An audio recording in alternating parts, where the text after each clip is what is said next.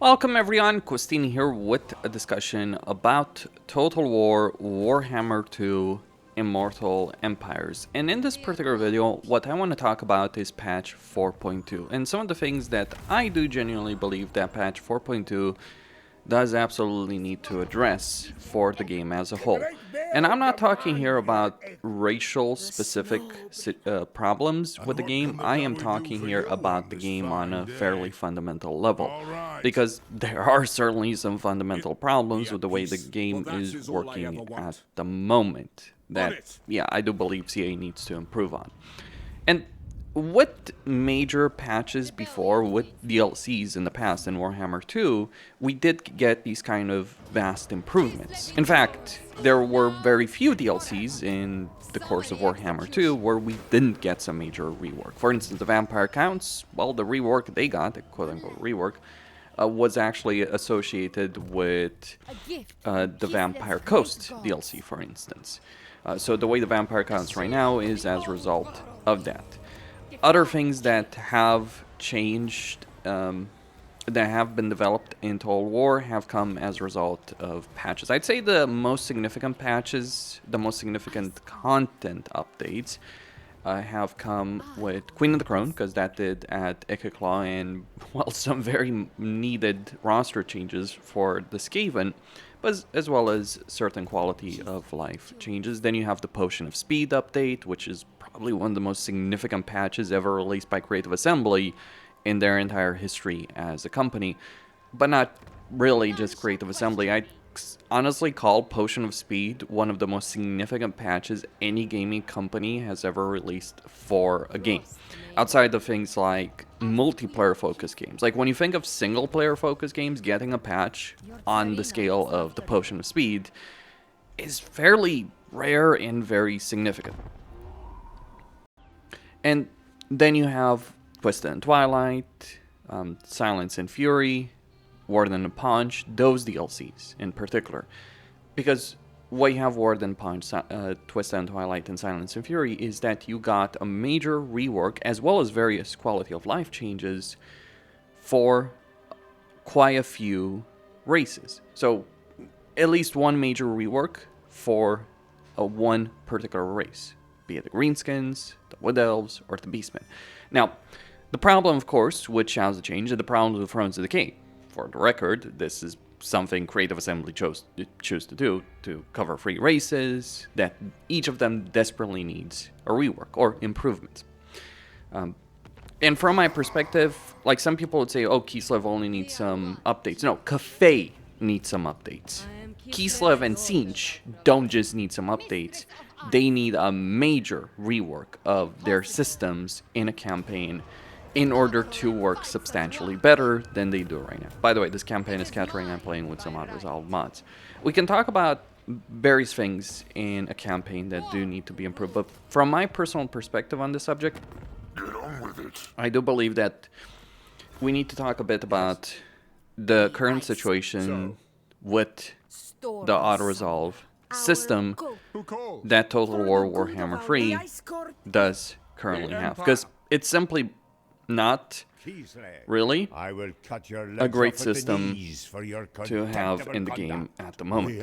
In point of fact, it's exactly the opposite. The problem with the auto-resolve system, beyond the fact that it heavily favors heavily armored factions versus weakly armored factions, and the fact that certain units are going to take more damage than others, the fact that if you have like a balanced army or a couple of melee units to really in a manual battle just protect your flanks while you use a massive range units like something like Kislev would do, High Elves would do, even Dark Elves would do, those melee units, or Dwarves, those melee units are going to take a substantial amount of damage. Even though in the actual practical battle, they would probably take the least amount of damage in quite a few ways because they're just kind of like there to hold the flanks. And they're not, you're not necessarily going to position them in the thickest of the fighting, but if you auto-resolve in quite a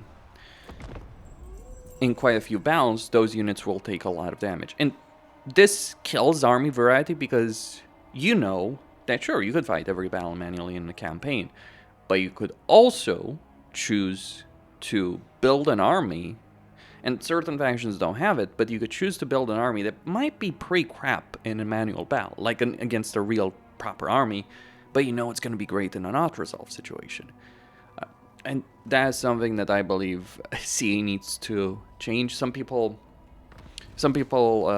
have suggested tying it to the unit costs, which is not necessarily ideal, but I do believe that tying it to the unit costs would actually be a better system.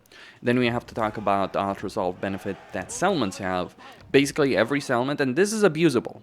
Keep in mind this, like everything that I'm saying applies to the AI as well. So AI is going to take significantly more damage with units with low armor, and you can abuse it as the player. It happens between them. It happens against you as a player.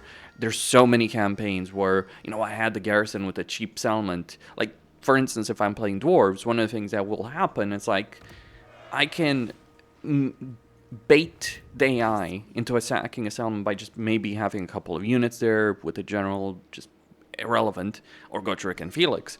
They can attack that, but because dwarven units have such high armor, and the settlement has an auto-resolve benefit that the AI is not necessarily using its calculations, that you can obliterate entire armies. Like, that's one of the things you can do as Forgrim if you're fighting against Stretch. Like, you look at this territory, like this particular settlement, like I've annihilated entire legions of Skaven using this. So you might think that, oh, you just don't hate, you just dislike manual battles. Yeah, I do dislike a lot of the pointless manual battles. I think, like, we need to go back to a system where settlements did not have an inherent auto-resolve benefit, to be certain.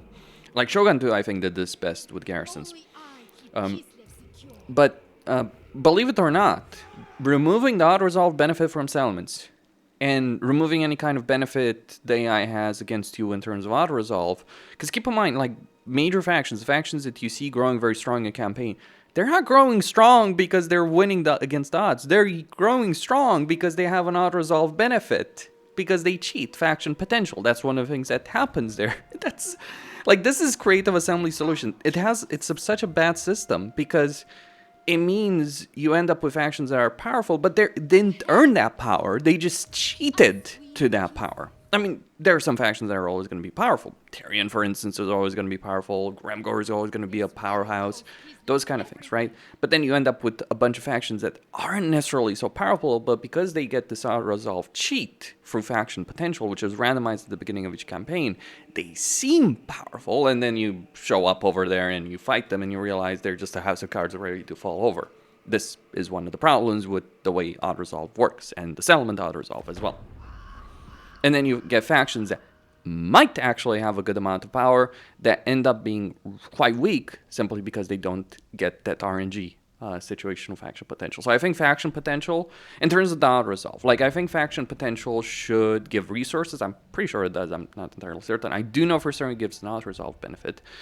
But I think, like, maybe faction potential, you know, what it should do really is that it gives a faction like 5 turns in, 10 turns in, 20 turns in, and gradually. That's an important bit. Gradually, so that it's actually that they might actually earn that power. Certain factions become stronger than others, but economic potential is not auto-resolve situation. And yeah, remove the settlement auto-resolve benefit, all that. You might be surprised, but like I've been using mods that remove it, and I have found that campaigns are actually better.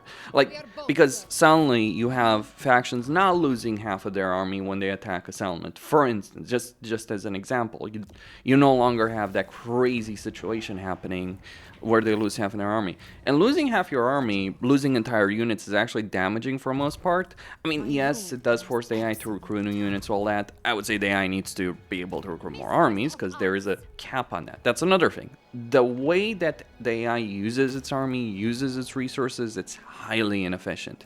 I know I'm talking about some major sweeping changes that are highly unlikely, but I'm mentioning the issues that I do believe need to be corrected. One of the problems is that there does seem to be a cap on how many armies the AI can actually recruit. And so you end up in situations where the AI is just sitting on tons of resources, doing absolutely nothing with it. Like, this is something you notice when you see the AI giving you 30,000 gold, for instance, in a trade agreement for a settlement that's highly valuable. And I've certainly seen that happen in a campaign situation. And that's a fairly absurd thing to occur during the course of any campaign, really. And yes, it is quite absurd to see something like that actually happening. So some of those things, I would say, need to be adjusted. Some of those things need to be changed.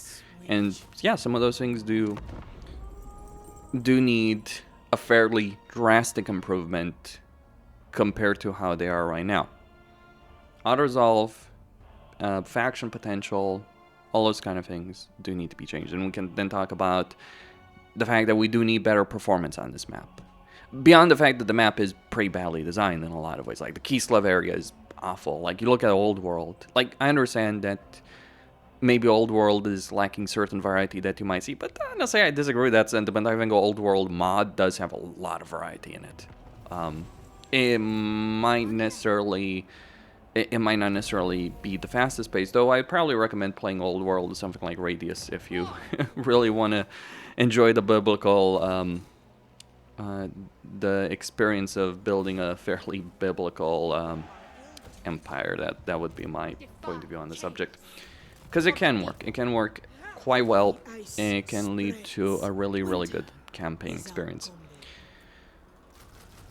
And then on top of that, another thing that we do need very clearly, what 4.2, and this is more realistic than what I've talked about. Like, auto-resolve being changed is not an unreasonable request, I think. In fact, mods do it very easily. Do you know why mods do it very easily? Because the way CA did it is very cheap as well. We can also talk about how auto-resolve against the player should not be increased on higher difficulty. That's utter rubbish. It's like, oh, the AI is using better tactics, so of course the auto-resolve should be better. I'm gonna say it outright. If you think the AI uses tactics sometimes, if they have a lot of units, they'll actually flank you, for instance, though people have noted that if they literally charge you in certain situations where they're trying to flank you, if they literally charge straight ahead, they might win quite often. So people are noticing one of the things that happens. Auto-resolve is tied to battle difficulty. It shouldn't. And on top, and the reason that's important is it changes, like, if you lower battle difficulty, and this is another thing that I believe should happen, battle difficulty should not determine AI behavior in a campaign. Because it does. You set the battle difficulty lower, the AI is going to attack less on a campaign. It's going to expand aggressively. It's going to expand less aggressively. This is one of the chief reasons, as I see it, behind why plenty of people complain about how the AI is passive. Because it's like, many people, I imagine, are not playing on very hard battle difficulty. They're playing on lower difficulty. Well, guess what? You set it on normal. You set it on anything other than very hard that's going to expand this aggressively. An advice on this subject, get an auto-resolve mod. An auto-resolve modifier is 0.7 points. I've got the link in the description of this video. Get that. Even if you're someone who plays the game on normal, get that mod, set the battle difficulty to very hard. You will notice a markedly improved campaign experience in AI behavior. When, like, this is, to me right now, this has gotten to the point where I would say, like, it's like not having a mod that's really popular, one button reset skills. Having that mod and Creative Assembly not adding that functionality for a very long time, because it's like their perspective. They were at the developers of Pharaoh actually were asked about this, and they were like, "Oh, choices should have consequences." That's cute. You know, sometimes the community can be completely wrong on subjects. Absolutely, there are certain things that are popular in the community that aren't necessarily correct. Like people thinking any part of the community believes sieges would be fixed if we got rid of ass ladders. Yeah, that's a load of rubbish. I'm gonna say it right now. So there are certainly parts of the community that can get it wrong, but there are also many significant parts where the community absolutely gets it right. And that's something I believe very firmly on the subject, that Creative Assembly needs to change right now. Like, they need to make some of these changes. But they shouldn't make changes. Like, this is my frustration with how they make some of these changes. They look around on what's popular on Twitter, on Reddit, on Discords. They see what people are talking in the modding community on that, and they implement things just because things are popular. Well, you know, you're a developer, and it does feel sometimes Creative Assembly is not necessarily thinking things through. For instance, rather recently, in point of fact, they increased the amount of HP, like they made changes to sieges, right? But the changes they made had been already made in mods like SFO and all that. It's not really, I'm not harping against SFO. I have my own issues with SFO, but whatever, it's a mod, right? My problem is when Creative Assembly takes a change like that, where HP of towers and walls is much higher, and also barricades and buildable towers is much higher, especially if you have certain buildings, higher tier settlements, all that, it's much higher. And they implement these changes in the game, and then they make the claim, and it's such an absurd, ridiculous, bullshit claim, but they make the claim that this is going to improve sieges for the attacker. For the attacker. Remember that particular statement, because, like, I certainly will. They make that particular claim, and I'm like, what? I can understand maybe you're trying to improve things for the defender. I could possibly buy that particular argument. But no, their claim was that they're improving sieges for the attacker. That's exactly what they wrote in the patch notes on this subject, which to me is such a level of absurdity that it really is very clear from my perspective that Creative Assembly is not necessarily thinking these things through when they're implementing them, or some of those things, right? In certain situations. Not in all situations, worth remembering that. Not in all situations, but when you hear things like that, it's like, wow. It's like you really didn't put any effort in. One minor change I would like, and it's a minor change, is like, could we get rid of the constant auto-saving on Legendary?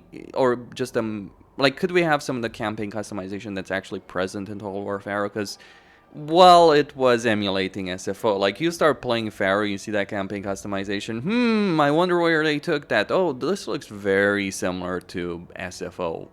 Yeah, like, there's some things that are literally copy and pasted from SFO campaign customization. I'm not even joking on that. It's a bit absurd, really. But I do think some campaign customization would be in order. I think that would be a great feature to add. I mean, they did add some. They did add some campaign customization, undeniably so, but I think they should add more to it, and they might want to consider the implications of their decisions with that campaign customization, instead of just saying, oh, we're adding choices. Yeah, what choices you add is significant in itself. Just gonna say that, because some of the things that they added, ready yourself for a bloody quote unquote, demonstration of a boyar's power, ended up being a bit, let's say that some of the things they ended up actually adding for your contemptible conduct. Ended up being pretty absurd, all things considered. Then yes, I know this is a ridiculous unresolved result. Sometimes you do get those. Especially when you play a modded campaign. But that's the reason why we need a fix from Creative Assembly on these kind of issues. Because mods can be, let's say, imperfect tools would be a generous statement in certain ways. Like, there are times where mods have unintended consequences. There are times where mods just don't work as they should. That's why we need some of these fixes from Creative Assembly. And we've had patches in the past where Creative Assembly did add a lot. In Warhammer 2 in particular. Hell, not even in Warhammer 2. Not even in Warhammer 2. You look at Troy, for instance. Yes, gonna use that example. You look at Total War Pharaoh, Total War Troy, or Total War Saga Troy. You see some of the changes that Creative Assembly was willing to add there. We haven't quite gotten anything on that particular scale.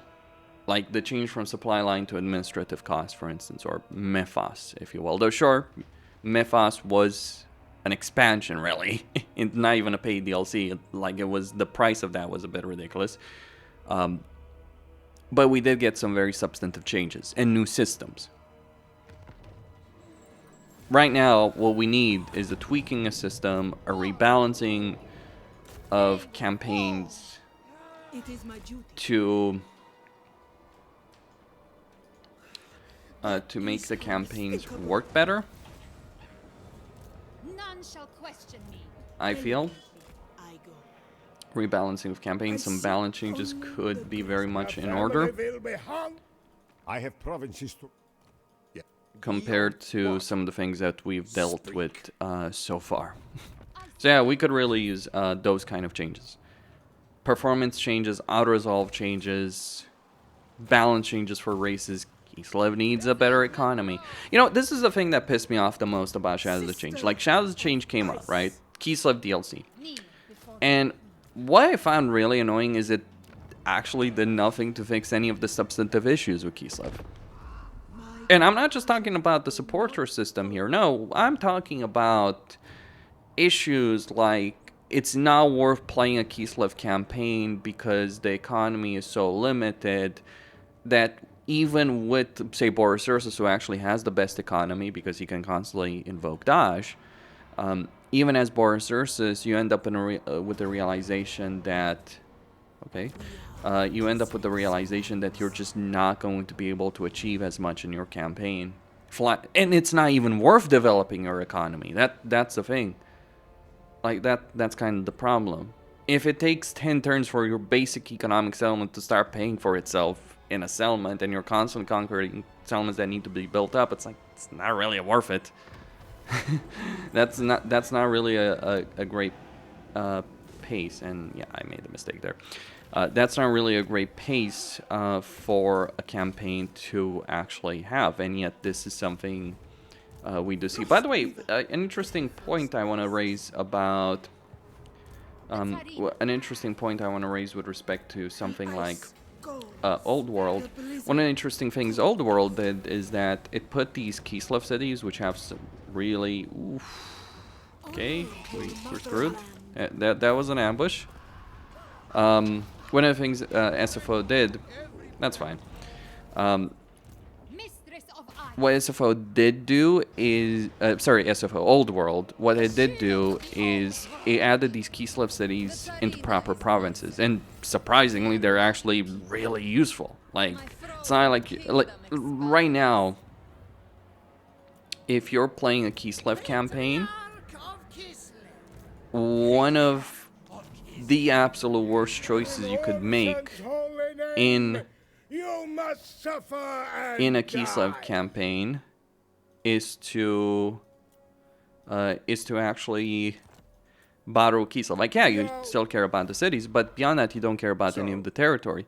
By adding those cities to provinces, well, suddenly you care about more than just 3 cities, and that is pretty important, I would argue.